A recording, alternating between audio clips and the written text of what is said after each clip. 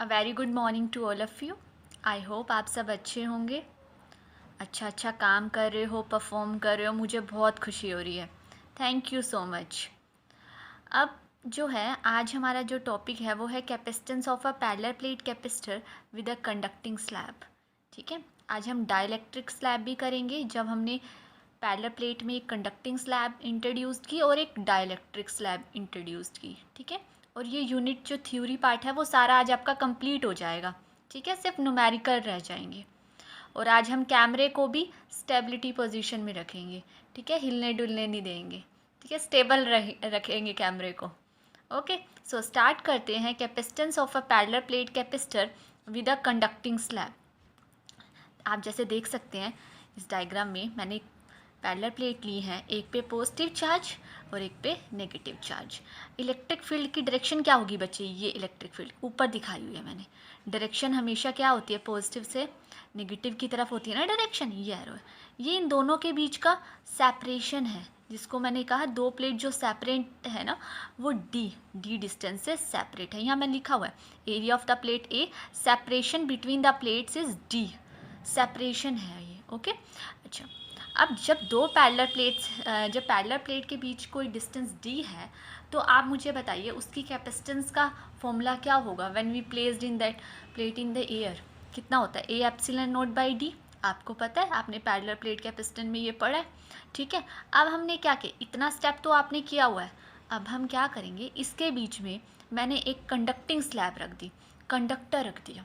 ठीक है, कंडक्टर रखने से क्या होगा? कंडक्टर के अंदर आप बताइए मुझे क्या होते हैं? फ्री इलेक्ट्रॉन्स होते हैं या नहीं होते? ठीक है, ये कंडक्टिंग स्लैब रख दी। कंडक्टिंग स्लैब रखने से क्या होगा? इसके जो फ्री इलेक्ट्रॉन्स है ना वो इधर इस एंड पे आ जाएंगे ना, क्योंकि इनको पॉजिटिव चार्ज दिख गया। अब जैसे आपको पिज़्ज़ा दिख जाए तो आप वहीं भागोगे ना, कहीं और तो जाओगे ही नहीं। भाई मुझे तो पिज़्ज़ा खाना है, मुझे तो वहीं जाना है। ठीक है, ये इलेक्ट्रॉन्स भाग लिए इस साइड। अब जो बचे खुटे थे, पतले से थे, वो पीछे रह गए। ठीक है, जो मतलब जिन्होंने दम था वो तो आगे निकल गए। अब ये पॉजिटिव चार्ज अपने आयंस छोड़ देंगे तो इस प्लेट पे क्या आ जाएगा? सारा भाई इधर से ही जाएंगे ना, क्योंकि यहाँ नेगेटिव है, रिपल्शन होने लग जाएगा। यहाँ पॉजिटिव रह जाएगा, इस साइड पे क्या रह जाएंगे बच्चे? नेगेटिव। तो जो अब बताइए इंड्यूस इलेक्ट्रिक फील्ड की डायरेक्शन किधर होगी? इधर। लेकिन हमें एक चीज़ पता है कि जब इनसाइड दी कंडक्टर, ठीक है, अगर जिसने कैपेसिटर बहुत अच्छे से पढ़ा है उसने प्रॉपर्टीज़ में पढ़ा होगा कि जो इनसाइड कंडक्टिंग स्लैब के अंदर जो इलेक्ट्रिक फील्ड होता है वो क्या होता है? ज़ीरो होता है। ठीक है, क्योंकि जो उसका सारा चार्ज है उसके सरफेस पे आ जाता है और कोई इलेक्ट्रिक फील्ड नहीं होता। तो इनसाइड दी जो है इलेक्ट्रिक फील्ड अंदर क्या हो जाएगा? ज़ीरो। ठीक है, और ये जो मैंने कंडक्टिंग स्लैब ली है ना बच्चे जी, ये मैंने कितनी थिकनेस के लिए? टी। यहाँ से यहाँ तक का डिस्टेंस कितना था? डी, जो ओरिजिनल इलेक्ट्रिक फील्ड थी। और ये जो जिसमें इलेक्ट्रिक फील्ड ज़ीरो हुआ है वो कितनी थिकनेस की है? टी। ठीक है, क्लियर है इतना? Next, here T is less than D, ये तो आप समझ ही गए। ठीक है, नाउ दो तीन पॉइंट्स हैं, नोट करिए। देखिए, electric field in the interior of the slab zero. मैं आपको बता चुकी हूँ कि जो अंदर इलेक्ट्रिक फील्ड है वो क्या रहेगा? ज़ीरो। सेकेंड पॉइंट है the original electric field E note now exist over A distance D minus t. अब देखिए, मैंने बोला है जो इलेक्ट्रिक फील्ड था, आपने पीछे देखा है कि जैसे हमारे पास जो इलेक्ट्रिक फील्ड था, ओरिजिनल इलेक्ट्रिक फील्ड, वो इतनी डायरेक्शन में था, ई नोट, यहाँ सारा पॉजिटिव और यहाँ सारा नेगेटिव, इतनी डायरेक्शन में था। मैंने टी तक एक प्लेट इंट्रोड्यूस की, यहाँ से यहाँ तक का डिस्टेंस कितना था? डी। ठीक है, मैंने यहाँ पर टी डिस्टेंस की क्या की? प्लेट इंट्रोड्यूस की। अब बताइए, यहाँ पर इलेक्ट्रिक फील्ड अंदर ज़ीरो हो गया क्योंकि कंडक्टिंग स्लैब डाली है। तो बताइए इलेक्ट्रिक फील्ड कितने डिस्टेंस तक रह गया? डी माइनस टी डिस्टेंस तक रह जाएगा ना बच्चे जी इलेक्ट्रिक फील्ड, है ना? मैं वही बोल रही हूँ कि जो हमारा इलेक्ट्रिक फील्ड है वो कितने डिस्टेंस तक है? D minus T.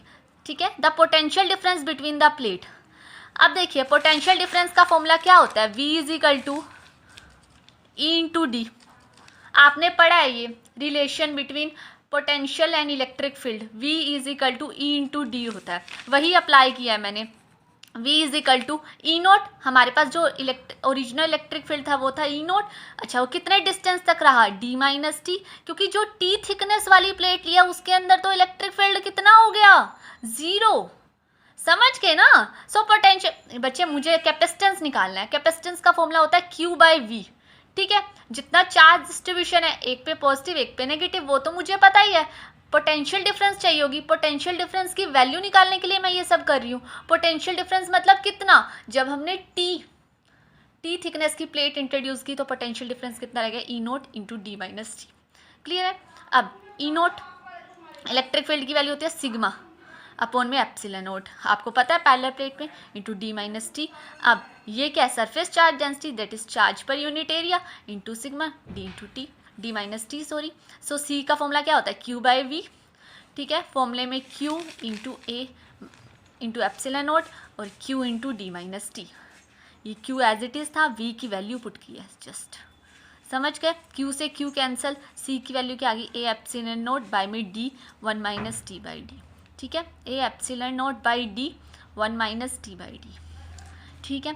A epsilon naught by d क्या होता है बच्चे जी, capacitance between the two plate when placed in vacuum और air, right, 1 minus. So C की वैल्यू हमारे पास ये आ गई, ठीक है। इसका मतलब क्या है, ये चीज सी क्या हो गया, ग्रेटर देन सी नोट हो गया ना, ठीक है। नीचे वाली चीज़ अगर डिक्रीज, 1 में से माइनस हो रहा है, डिक्रीज है, तो होल क्या हो जाता है, इंक्रीज। सो कैपेसिटेंस क्या हो जाएगा, इंक्रीज हो जाएगा जब आप उसमें कुछ कंडक्टिंग स्लैब इंट्रोड्यूस्ड कर देंगे, ठीक है।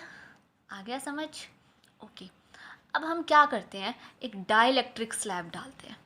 आप ना एक बार खुद करिएगा ट्राई, मैं समझा रही हूँ लेकिन एक बार खुद ट्राई करिएगा, ओके। हम समझते हैं नेक्स्ट हमारा capacitance of a parallel plate capacitor with a dielectric slab, ठीक है। स्टार्ट करें। अब मैंने क्या डाली, ये हमारे पास 2 पैरेलल प्लेट सेम वही डाइलेक्ट्रिक स्लैब इंट्रोड्यूस कर दी।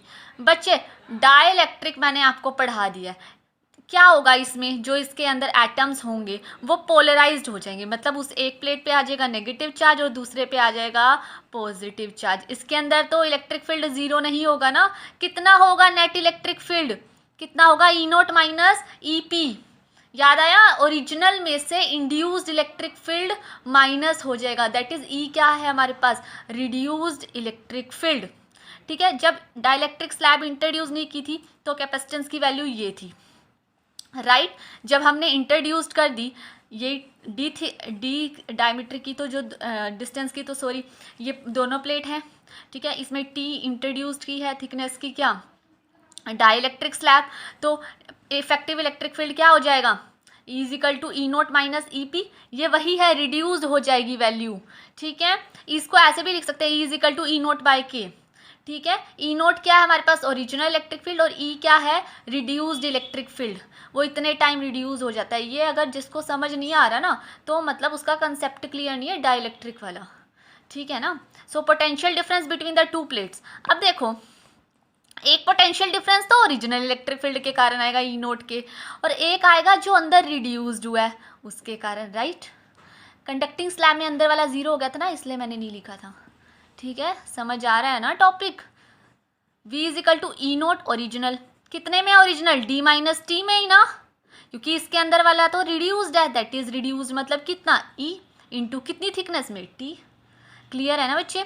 V is equal to E naught d minus t plus, E की वैल्यू हमें पता है, हमने डाइलेक्ट्रिक वाले से निकाली हुई है, ई नोट बाई के होता है, ठीक है, इंटू टी। अब ई नोट कॉमन ले लीजिए, ई नोट की वैल्यू सिग्मा बाई में एप्सिलॉन नॉट, ये जिसने गॉस थ्योरम पढ़ी है उसको आता होगा, एप्लीकेशन ऑफ गॉस थ्योरम है, sigma is charge per unit area into epsilon naught d minus t, same. C क्या होता है, capacitance charge per unit potential difference, same values put की है, चार्ज से Q cancel, would be A epsilon naught by में d minus t plus T by K, ठीक है। Then ये स्टेप कॉमन लिए, D minus S T common ले लीजिए, 1 माइनस 1 बाई की, ओके, माइनस का टी कॉमन लेंगे, ठीक है। कैमरा हिल गया थोड़ा सा, सॉरी यहाँ ना। C would be equal to A epsilon naught by में d minus t 1 minus 1/k। ठीक है, तो ये जो इसकी कैपेसिटेंस है वुड बी इंक्रीज, क्योंकि 1 में से कुछ माइनस हो रहा है। ओके, समझ आ गया आप सबको? Thank you.